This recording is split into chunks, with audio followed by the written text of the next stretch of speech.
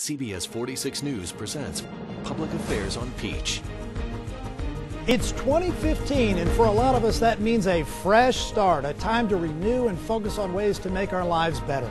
And for many of us that includes weight loss goals and a healthier lifestyle.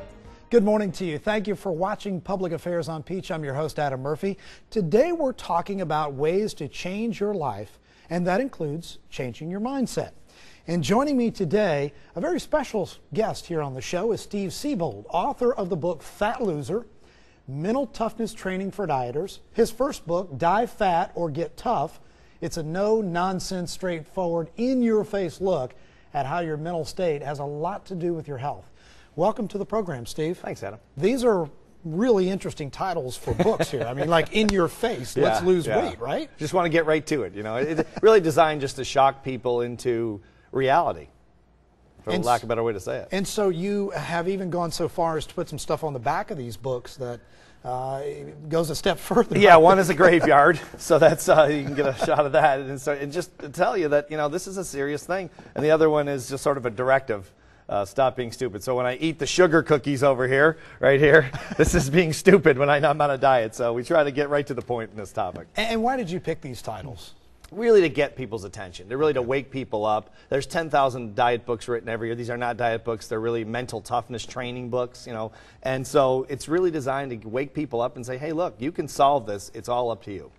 And so what is it that inspired you to actually write books like this and go for such a slap-in-the-face kind of title on a book? Well, I got fat. I gained 40 pounds about 15 years ago. I was on the road giving speeches and interviews and whatnot. I write books for a living, and you know, and I got fat, and people were saying, "Oh no, you look okay. You're just big boned." And I thought, this is just nonsense. I'm deluding myself. So I thought I need to get mentally tough. That's what I talk about as mental toughness for corporations, and so I need to take my own medicine, and I did. And 12 weeks later, I lost the weight and never gained it back. So elaborate a little bit about the mental toughness. It is tough to get through and lose weight. I mean, it's easy for people to say, all right, this is what I'm going to do. Because a lot of people, this is like probably what? The #1 New Year's resolution for many people. Oh, definitely. Number Diet one, and by exercise. Far. Yes. Okay. So people say, hey, I'm going to do this. And they go in for a couple of weeks.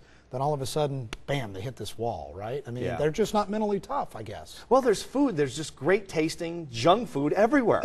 You know, there's especially with the holidays, right? We just came up with the holidays, the cookies, the candy, the cake. All these things, there's just all this temptation. But if we're focused, we know what we want, we've made a decision to do it, we've set our goals, it really is doable for anyone. So how do you bring about that mental toughness? What do you do? Well, I think the first thing is you have to make a decision, a real decision that says, look, I'm going to do this. I'm in total control. I'm responsible for my own health and fitness, my own weight, my own waistline, and make a decision to do it. I think once you make the decision, the sugar cookies and the donuts and the candy it really doesn't have the pull that it had without a decision. So elaborate a little bit about I don't know if it's dangerous, but risks of overeating and not being mentally tough and not following your goals of losing weight, and you just gain. What's the problem with that? Well, obesity is just linked to just about everything: cancer, heart disease, diabetes. I mean, it's just all bad. There's just nothing good about it. And our society and the medical community is maybe the most guilty of all to say, because they're afraid to tell their patients what I say in these books, which is, look, if you're fat, it's your fault. Grow up emotionally, get tough, and fix it. And don't have a bunch of self-pity because you did it to yourself. I've done it to myself. A lot of us have done it. Don't feel bad, but just fix it. And we don't do this in America. What we say is, oh, it's okay, you look fine, you're just getting older, you know, you just had a child. You make all these excuses and they don't really hold water. Easy to have a lot of excuses. Sure. Let's talk about your first book, Die Fat or Get Tough, right? Right. We were looking through that and we found some interesting quotes, and I want to ask you about them. One, you said, one of the differences you note in the book, fat people eat for pleasure, fit people eat for health. Explain that. Well, for this book, I interviewed 500 fat people and 500 fit people. I went to meals with them and I went to the gym with them, basically.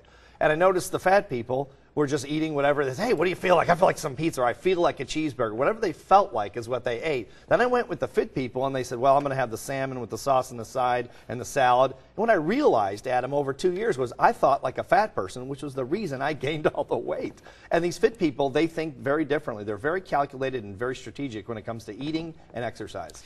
And there's another quote I want to address, too, which I thought was really interesting. Another difference you talk about is, quote, fat people believe diets don't work. Fit people believe people don't work.